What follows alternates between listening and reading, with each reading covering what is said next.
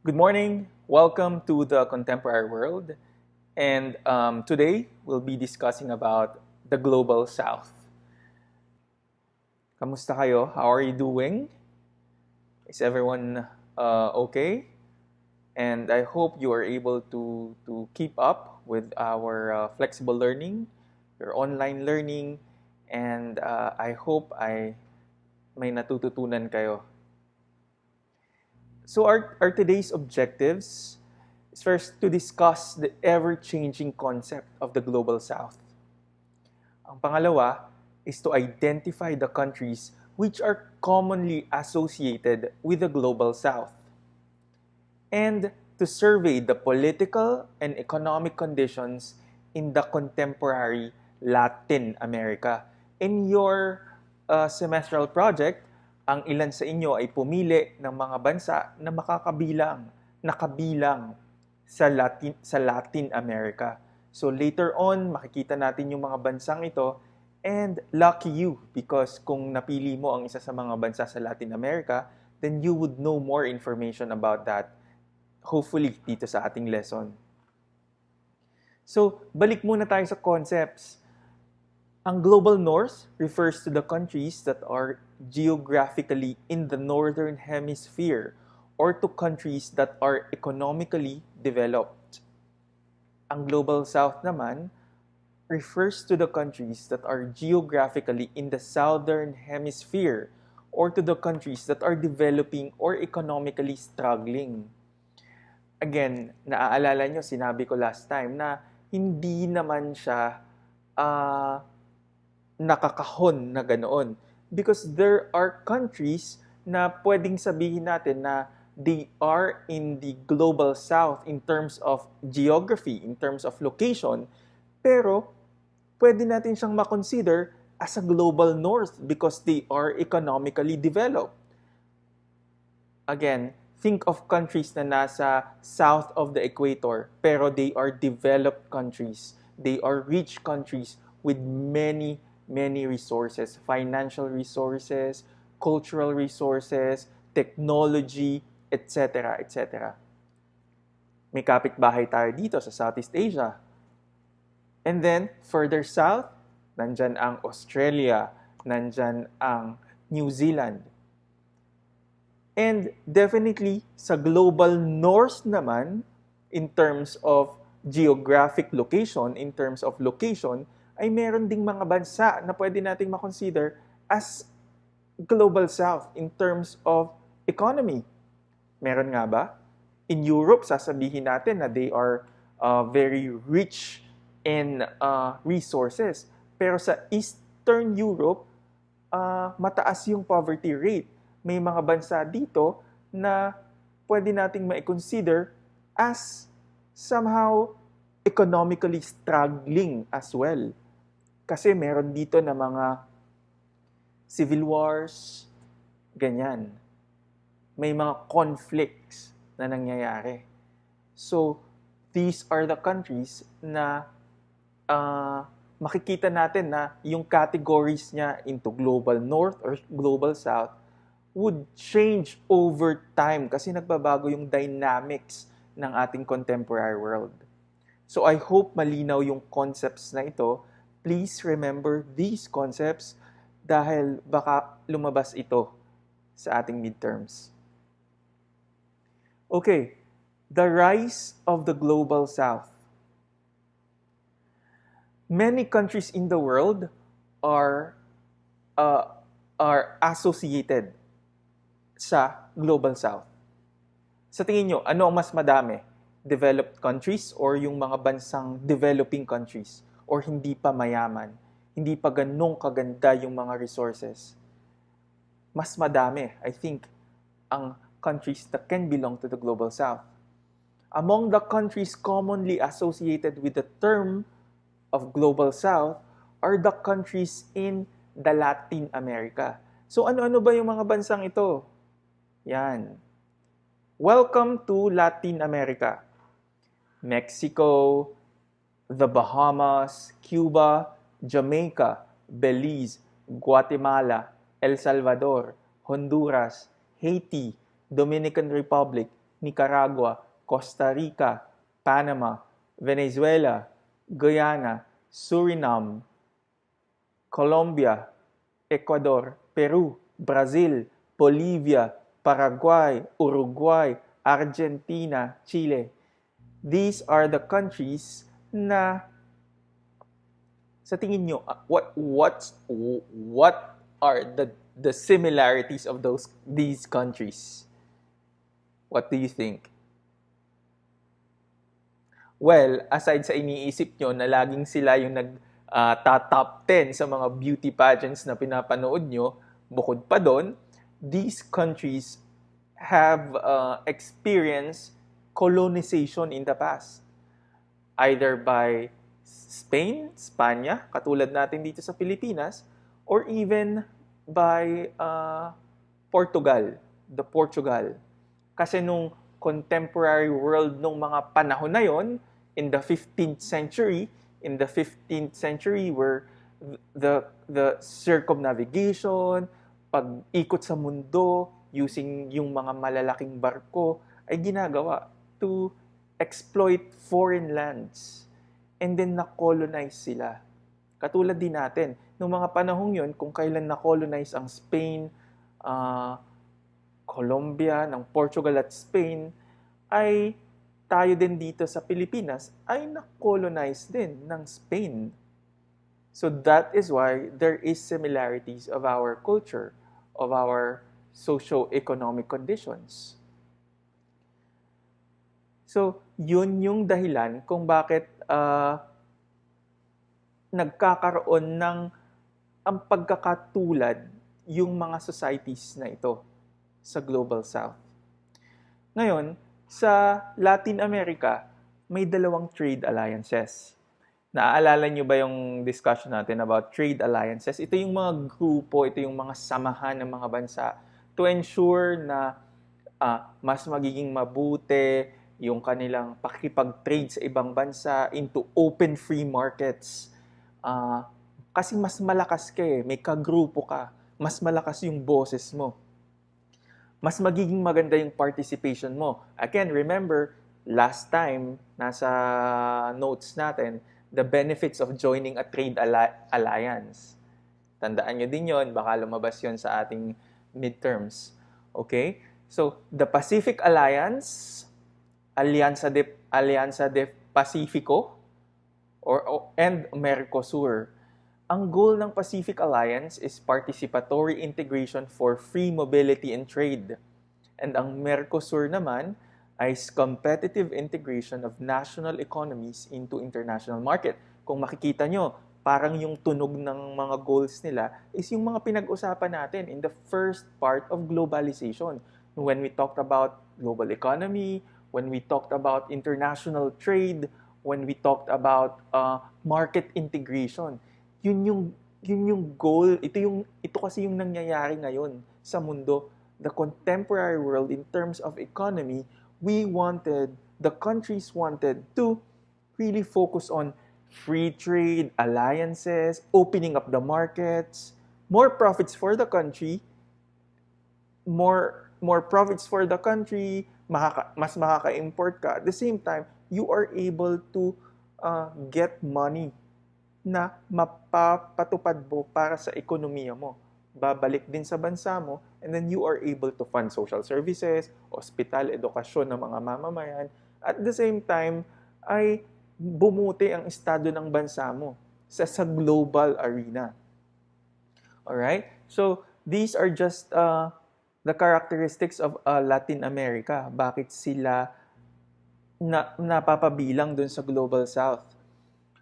Latin America can be grouped geographically as a group of countries in South America which share the same language and culture. These socio-cultural characteristics are linked with their common colonizers. Nabanggit ko kanina, ang Espanya at ang Portugal. Historically, people in this part of the world have colorful political scenes. When I say colorful, hindi yun yung parang literal na may kulay, blue, red, pink, yellow. Meaning ng colorful, katulad ng bansa natin, our politics have been has been colorful decades in and decades out. Ang daming political uh, uh, kung ano-ano, political struggles, revolutions, na hanggang sa ngayon ay nararanasan pa din natin. Corrupt officials, corruption is a big problem of the society. So, yun yung mga nakikita na pagkakapare-pareho ng mga bansang ito sa Latin America. They have colorful political scenes across time as well. Countries in Latin America have been plagued by poverty and economic instability. Kahirapan. Nung basahin nga natin, across time as well, countries in Latin America have been plagued by poverty and economic instability. It's like our own country, the Philippines. Anong pagkakaiba, di ba? So, across time as well, we've been struggling to develop the nation, to build the nation. It's the same experience in Latin America. That's why they consider that as one of the global South. Okay? So, I hope that's clear. Now, ano ba yung mga example halimbawa ng mga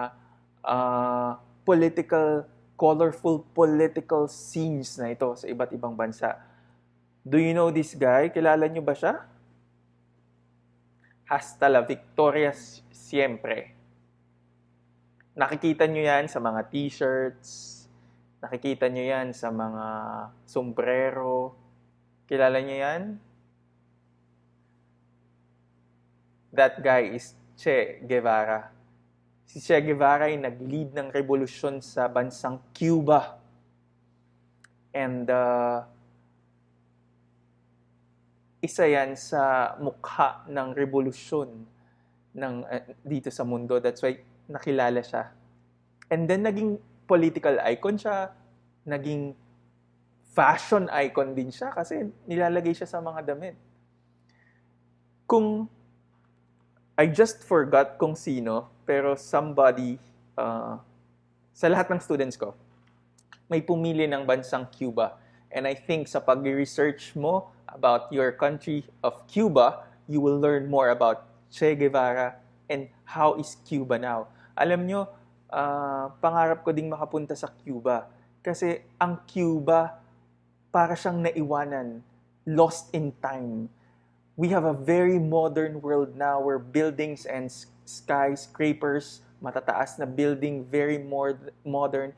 Even the cars are very modern. But when you look back, when you go to Cuba, the buildings are very old. The cars are very old. Imagine 1950s and 1960s cars. Ganun ang itsura ng mga kotse sa Cuba na nasa kalsada pa din nila. That's why the Latin vibe, the culture, sobrang, I know many of you wanted to travel the world, work in cruise ships, or build their own businesses to be able to travel the world and see the world. Someday, kung magiging seafarers man kayo, you will be able to dock in Havana, Cuba, and then makikita nyo ang sinasabi ko, how interesting and how rich the culture is sa Cuba. Ito namang sunod ay ang political scenes naman sa ibang mga bansa. Itong nasa kanan, this is a protest sa isang jail sa Mexico. Polisya yung tawag nila, di ba? Parang pulisya natin, di ba? Polisya naman sa Mexico. At ito namang isa sa kaliwa, ito naman ay sa Ecuador. Isa din siyang rally ng mga tao. So, I'm just saying na through the ages ay talagang ang mga bansang ito, katulad ng bansa natin, has been experiencing yung political instability, kasama na dun ang economic instability. Alright? As compared to the global north na very, sabihin na natin, kalma lang, peaceful, generally, and living a very good life, very developed nations in the north. So again, the trade alliances in Latin America, the Pacific Alliance, and the Mercosur. Ito lang, yung pinakikita ko lang sa inyo dito, isang meeting ng Mercosur noong 2010. 2 y 3 de agosto de 2010. O, di ba? Marunong tayong magsalita ng Spanish na kaunti. Ito naman ang meeting ng Alianza de Pacifico, the Pacific Alliance. So, last slide. So, bakit natin hina-highlight yung Latin America to describe the Global South? In 2016, Morgan Stanley economists articulated that Latin America plays a role in accelerating the global economy. Brazil and Argentina managed to stand up from economic turmoil. Economists highlighted that politics and policy choices remain significant in determining economic growth in the area. So sinasabi dito na sobrang halaga nung politika at pulisiya para baguhin mo ang estado ng bansa mo. Do you think if we have good leaders, our country will advance to be a global North country, to be a developed country? Do you think if we do not have corrupt officials, crooked officials, mag-a-advance tayo into a very developed nation? Do you think if our politics is stable and yung mga policies meaning mga batas at mga programa na ibinibigay ng gobyerno para sa mga tao ay maayos, do you think maiiwanan tayo sa Global South? Maiiwanan tayo sa category of a developing nation? So it's something for you to think about. Okay? Probably one of my strategies for the midterm would really be to get your opinions on things. And ang gusto ko lang naman dito is that you are able to understand the concept. Hindi nyo naman kailangan sa uluhin. I would just want you to understand the concept of yung mga pinag-aaralan natin. So siguro nag-iisip kayo, nag-aral tayo ng Global South. So paano naman ang Asia? Hindi ba ang madaming mga bansa sa Asia, including the Philippines, ay bahagi din ng Global South? That's for us to find out because later on, we'll be going to Asia. Particularly, we will have a discussion on Asian regionalism, ang rehiyon ng Asia at ang role nito sa globalization. So yung mga excited dyan na mag-discuss ng K-pop, ito na yung time na yon. But that will be later on, towards the end of mga few weeks pa, konti pa. And I hope you hold on lang sa ating mga klase. And please read yung mga binibigay ko sa inyong materials. I am trying to simplify our lesson as much as possible para mas madali nyong ma-digest ang ating mga lesson. Kasi kung ibibigay ko sa inyo ng very heavy module, baka medyo mahirapan tayong i-digest. So I wanted to try to get the most important features of our classes at para ipan-intindi sa inyo. So, to end this lecture, iwan ko lang kayo ng reflection. When do you think will the Philippines achieve the category of being one of the global north?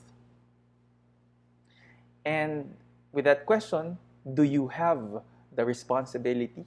Or what responsibilities do you feel you need to do to be able to help our country achieve that status to be one of the global north countries? Even we are in the global south in terms of geography. All right? So with that, I would like to thank you all for listening to our lecture for today, and See you next meeting, either asynchronously or synchronously. All right? Good morning.